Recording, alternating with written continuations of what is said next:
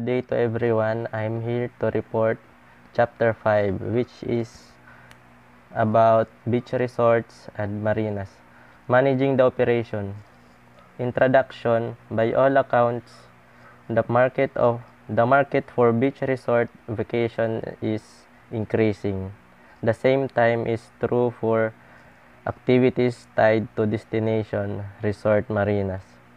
At the same time, there is increased concern about the environment on the part of tourists. Beach resorts. Profile of the beach resort guest.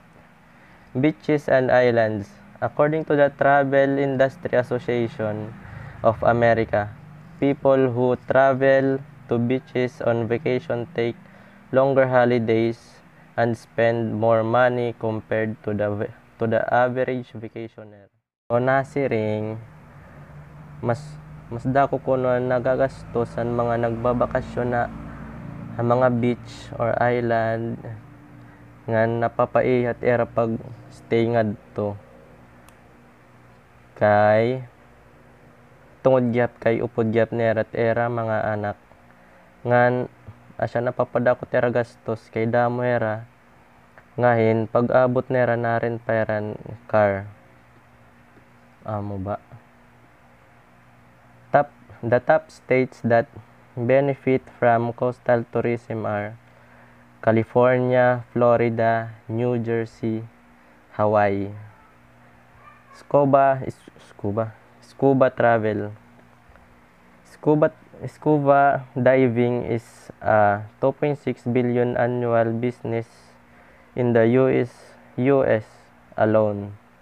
Approximately $640 million a year is spent on equipment, with the remainder going to travel, dining, lodging, and boat hire. Live aboards, upscale dive resort in Asia, and big animal encounters are three fast-growing trends in the business. During live aboards, 10 to 20 divers travel on luxury yachts, mga yate, from one isolated dive site to the next. Big animal encounters involve such things as swimming with and photographing manta rays at Baja California and dolphins in the Bahamas.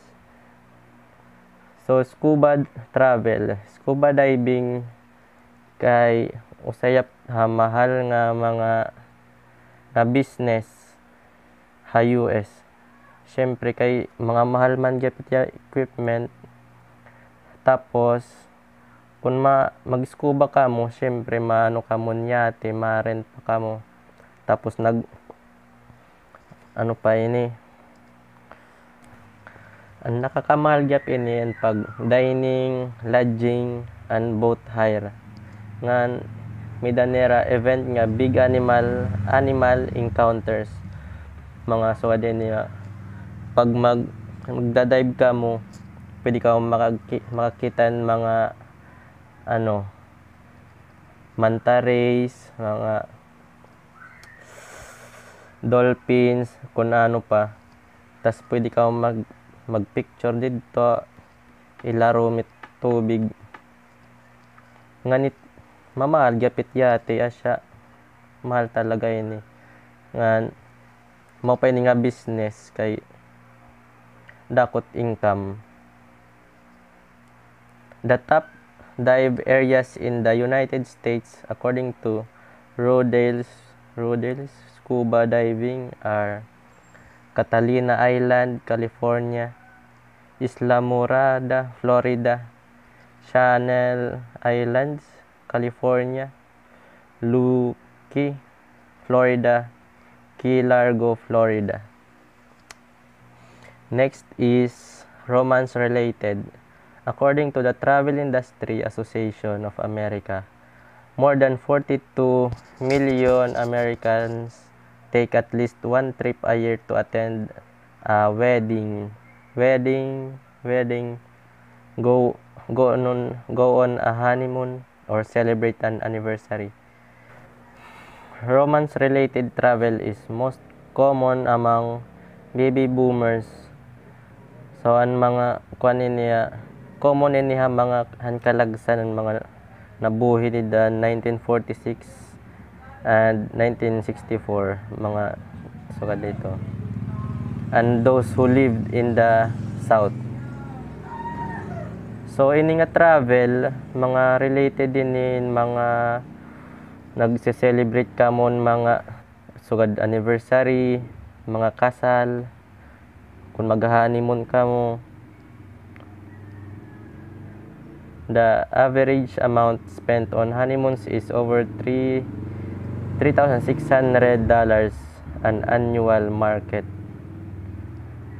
The top honeymoon beach locations are Hawaii, Mexico, Jamaica, Tahiti, Cayman Islands. In terms of snorkeling and diving, the top 5 spots are Cayman Islands, Mexico, Belize, Australia, Hawaii. One of the latest trends in the honeymoon segment is honeymoon registry. Instead of giving traditional gift, family and friends can contribute to the cost of the honeymoon. So, imbis na marigalo rakin kung ano-ano mga igkakasal ang mga pamilya, mga sangkay, kung mag-giftera mga ginkasal, imbis na mga gamit, an era nahatag, ragmot na layaran gastos ang honeymoon. Sama to. Managing the resource. In 1987, the Blue Flag concept began as an eco-label certifying beaches as meeting quality standards relating to water quality, safety, environmental management, and environmental education. The following criteria are specified for beaches.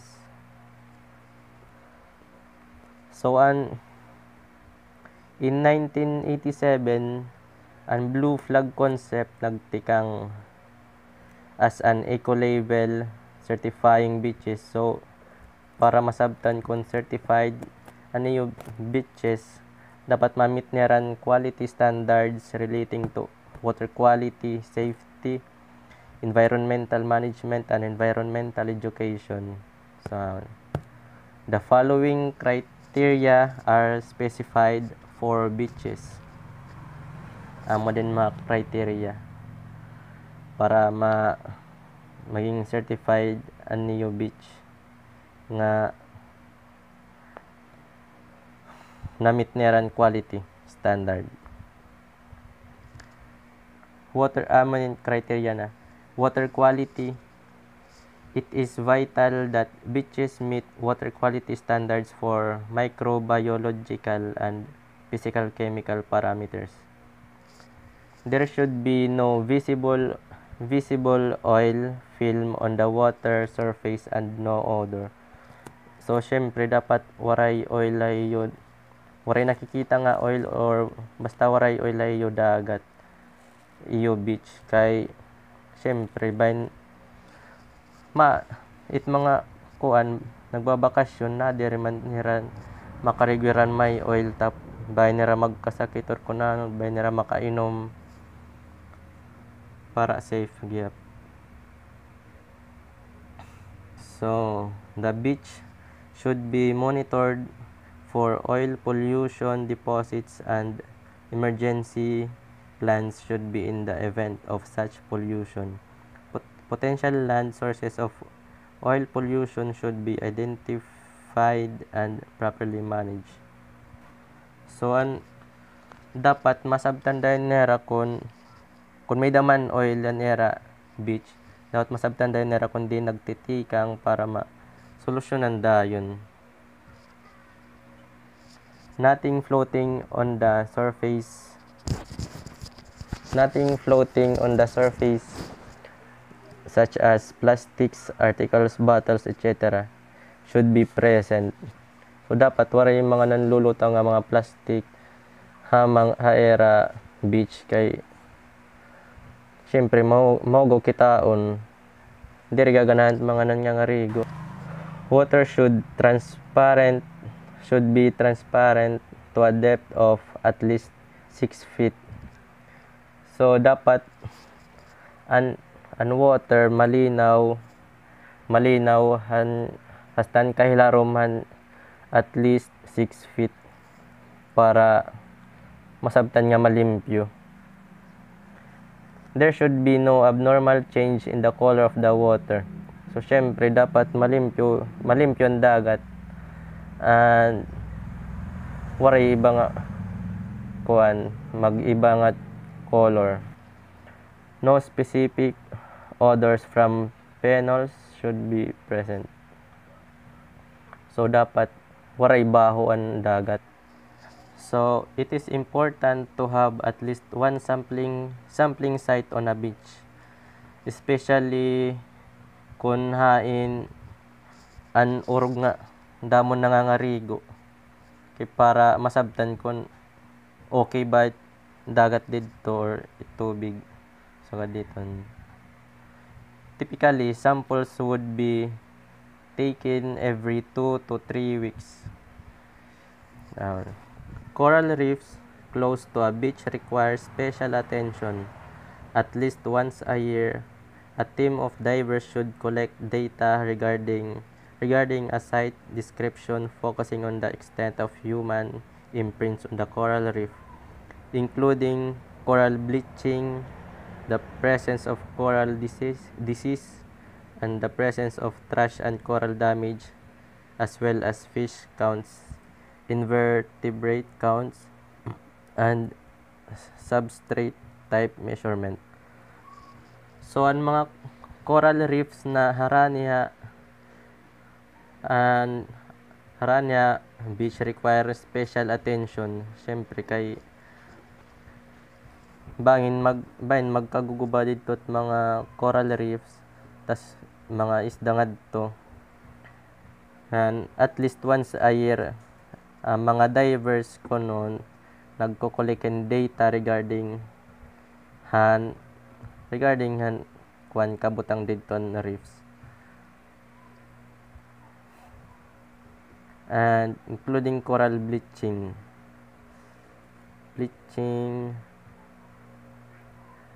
coral disease, mga trash, mga dakon may damage, tapos ang fish counts. Environmental management. A beach management committee must be established to be in charge of instituting environment management system and conducting regular environment audits of the beach facility. So kailangan may maintenance in it, may permi nagche-check it era facility. Clean beach means that there should be no signs of litter. The beach should be inspected and cleaned on a daily basis. The people and equipment necessary for this maintenance should be planned and budgeted for. So kung malimpyon niyo beach, ibig sabihin waray mga naglilittering, kung mga basura pipinan hapil naguhugaw ngadto or kunano ngan dapat kuan gini-inspect and ginlimpyuhan an beach on a daily basis. So waste disposal bins, receptacles must be available on by the beach in adequate numbers, regularly maintained and emptied. So dapat may mga disposal bins nga may mga basurahan ngadto beach ngan dapat nalilimpyon gyapon mga beans ngan kadadlaw gyap gin talabog niran sulod da kundin man nga iran bubutang tira mga basura. Facilities for receiving recyclable waste materials must be available on by the beach. So dapat may nera mga recyclable waste materials dapat available la beach para pwede ma-recyclean kung ano man iran lalabog ngadto. Adequate and clean sanitary facilities with controlled sewage disposal. Special consideration should be given to the cleanness and condition of equipment. Ideally, environmentally sound products will be used. Safety and services. Determining the appropriate number of lifeguards and equipment requires a risk assessment of the beach.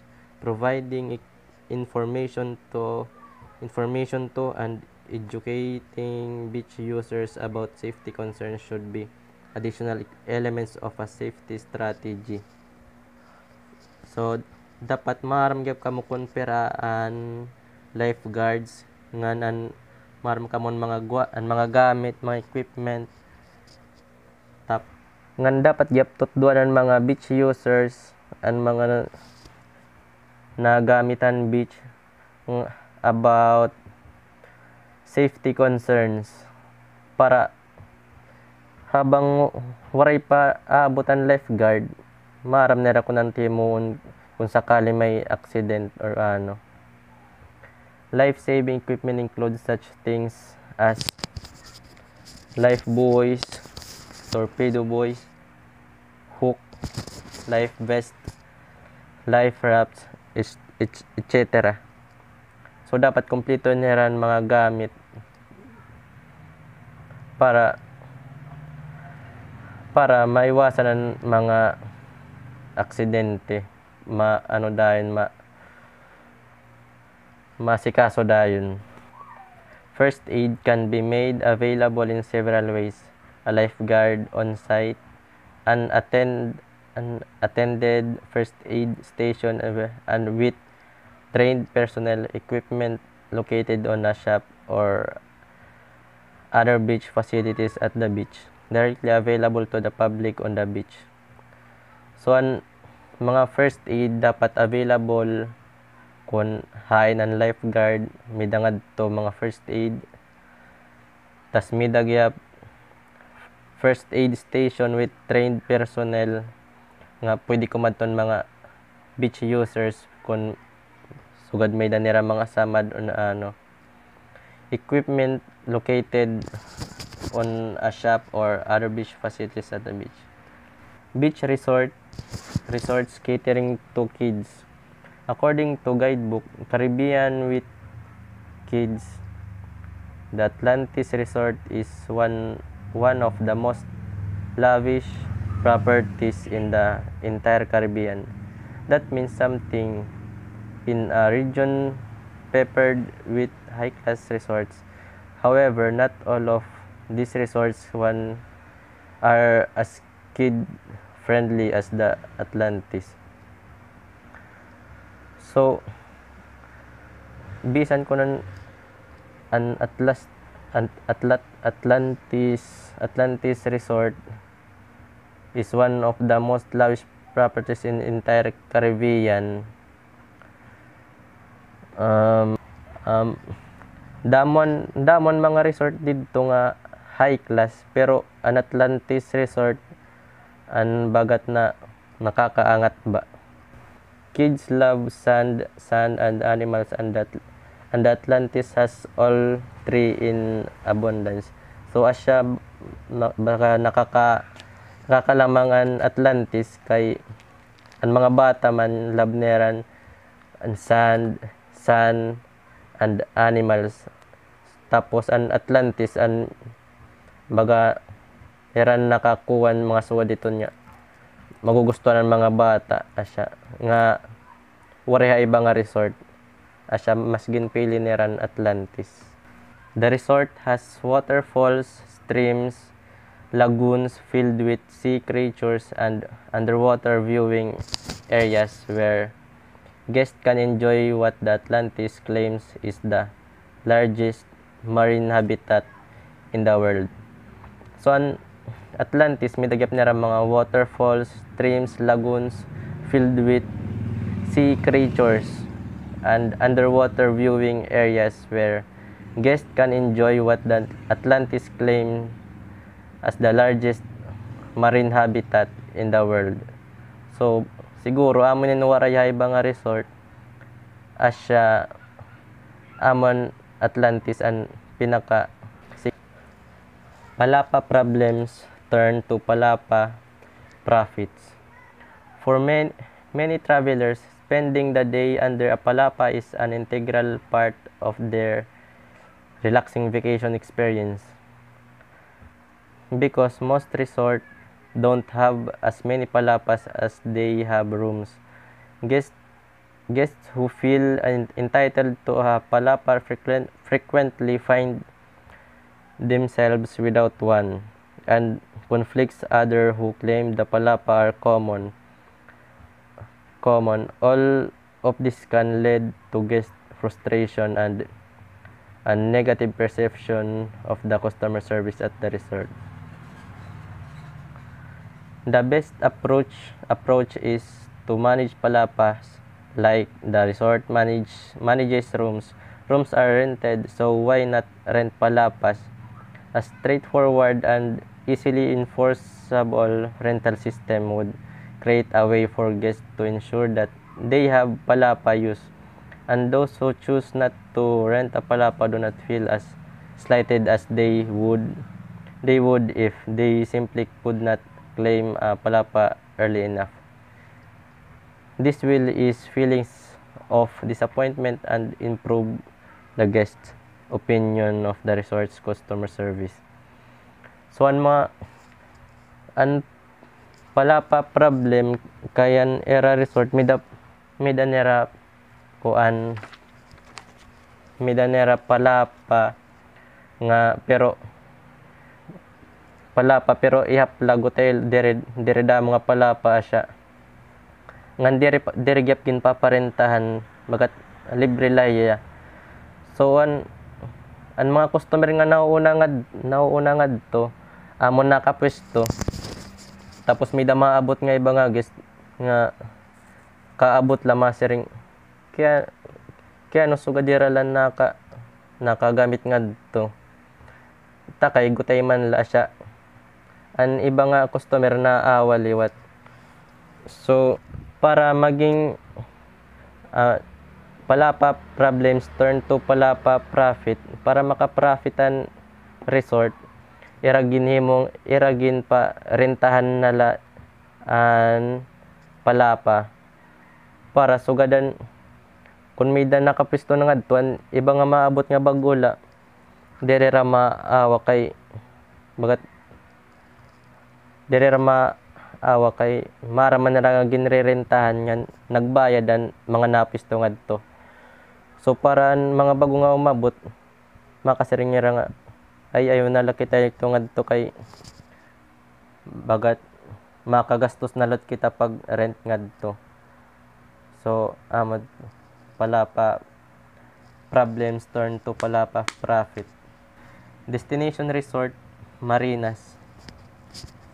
Marinas, the term is adapted from the Italian word or small harbor, have come to include any collection of slips for pleasure boats. Marinas have developed from facilities long on boatyard ambience and short on creature comforts to attractive, bustling waterfronts that often serve as the key recreational attraction in a variety of types of development. Boaters. The increased interest in boating is a function of a growing economy that increase increases in disposable income, leisure time, and individual mobility. The major states are Michigan, Florida, California, Minnesota, Texas. So amad ton daman mga boat. Managing the operation. Managing environmental impacts. Good environmental practices are crucial to any resort operator. The resort relies upon the quality of the resource, beaches, water, and the marine environment to attract and satisfy guests. There are a number of specific concerns that need to be addressed. Anchoring. The use of anchors are mooring recreational boats can cause extensive damage to nearshore marine ecosystems, especially coral reefs. It takes a coral reef a long time to recover from anchor damage. The benefit came from the received from tourists who want to see reefs that are healthy and intact. So ang pag-anchor nera dapat dapat ma-anchor nera ngadto kun waray mga coral reef sa ilarom tubig kay bangin may guwan coral reef asya madadamage liwat. So asya tapos maiya pa naman makarecover it mga coral reef totro ngan parat mga isda gihap moray maokyan. Anchoring can result in fewer fish. So amo na ini pag magubat coral reef waray na maokyan it isda asya man fewer fish, fewer living corals, fewer new corals, more algae growth, more stressed corals, cloudy water, sa maagat magugaw ng tubig, destruction of seagrass beds, sa maguguba ng seagrass beds basta kung may gon ang anchor nera mga boaters.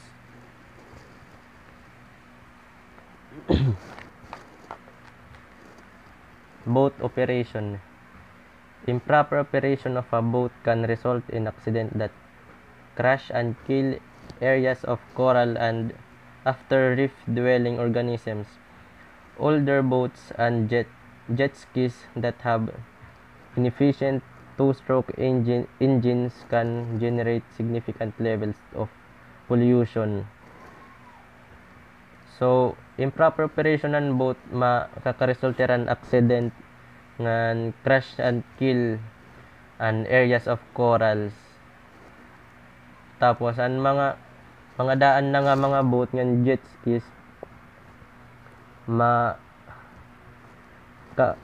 makakakos gyapon pollution tungod era engine nga daan nagihap. Boaters should be urged to follow proper navigation and mooring principles in regard to staying within designated channel markers and obeying all speed signs. A comprehensive maintenance programs involves regular inspections of areas susceptible to potential leaks of toxic substance. Keeping toxic absorbent sponges in bilges, using non-toxic and anti-fouling paints on boat hulls, using biodegradable cleaning agents, avoiding onboard refrigeration units that use chlorofluorocarbons, avoiding the pumping on the bilge water or other hazardous substance into the sea. Both sewage and garbage disposal. When raw or partially treated sewage is dumped in coastal waters, people and the environment environment are subject to risk. Plastic objects and styrofoam debris are often consumed by turtles, seabirds, fish, and marine mammals. So, ang mga plastic ko ng mga object and mga styrofoam, mga debris nga pwede gyap makaw ng mga turtles, seabirds, fish, and marine mammals. So, dapat may the proper disposal nga ang mga basura igahapil na lang mga kuan trash bins. The result can be that sanitation devices on the vessels need to be kept in good working order and the use of the plastic and styrofoam minimized. So, ang result hiton pag waray proper disposal ang mga basura, ang result kuan mamamatayin mga sea creatures, mga makakaw nito ng mga plastic, yung mga basura. Tapos dapat i-minimize na lang paggamit ng plastic ng styrofoam. Safety and services. Adequate and well signposted life-saving first aid and firefighting equipment. At a minimum, life buoys and ladders should be present. Other types of life-saving equipment include boat hooks, rescue boats, and rescue stations at or near the marina. There should be an emergency plan, the contents of which are known to the staff, concerning what to do in case of pollution, fire, or other possible accidents affecting the safety of the marinas. So, dapat may an facility, may danira emergency plan nga an era mga staff dapat maaram kung ano timuon in case of emergency, concerning what to do in case of pollution, fire, or other possible accidents affecting the safety of the marinas. At the minimum, the plan should cover, so amon mga plan, identification of the people to contact in case of an accident. So, dapat maraman identification ng mga tao para makontak in case of an accident. Involvement of administration services and people necessary to intervene. Procedures for the protection or evacuation of people at or near the marina. So, dapat maramera kun din mag-evacuate para maprotektahan ng mga tao. Procedure of public warning and information. So, dapat may mga public warning and information para ang mga tao makabasa gihap kun mag-ano hera ano kailangan nimo. So, safety precautions should be posted in public area and cover. So, mga safety precautions dapat nakapost sa public area. So, ang mga pader or kundi lang mga mga poste. So, nin dapat nireg po post information about the location of telephone, life-saving, firefighting, and first aid equipment. Dapat damo maaram ko na ini nagpakabutang. Information about how to use the above mentioned equipment. Details on how to warn other people about an unsafe situation. So, dapat maaram kung paano nireg igwawarn ang mga tao about an unsafe situation in direra magpapanik. Directions for filling gasoline petrol tanks at the fueling station only. So, dapat ang pagbubutangan mga gasoline petrol tanks dapat adto la fueling station kay diri kita marambangin kung nagawas siya bain may sisigarilyo or ano, may magdagkot. Prohibition of open fire or fireworks at the marina. No swimming in the marina. Signs for safety hazard. So dapat may mga sign talaga para aware ang mga tao. Information about whom to contact for further information about safety of the marina. So last, individual boat owners. The blue flag designation is available for individual boat owners. Boat owners must commit to following an environmental code of conduct that involves. So dapat ang mga boat owners maramira about hini nga code conduct, hini nga code environmental code nga I will not throw garbage into the sea or along the coast. So dapat marami ng mga tag-iyan no, para dirigap maguban kuan marinas. I will not release toilet water in the sea, in coastal waters, and in sensitive areas. I will not release poisonous or toxic waste into the sea. I will deliver these types of waste of the containers in the marina. I will promote and use recycling facilities. I will use the most environmentally friendly products among paints, detergents, etc. So that's all. God bless. Thank you.